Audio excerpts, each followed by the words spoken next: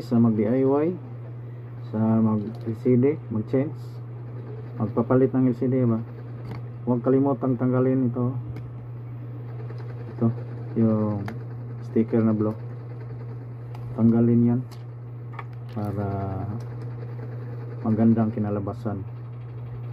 At saka ito, huwag kalimutan ito, tanggalin para maganda yung kinalabasan. Okay, so ganyan na, iyan na.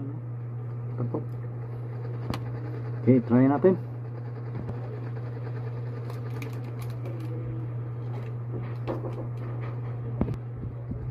Battery, tap natin.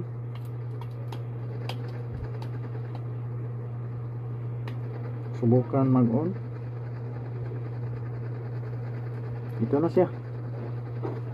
So ganyan na lang guys, huwag kalimutan tanggalin.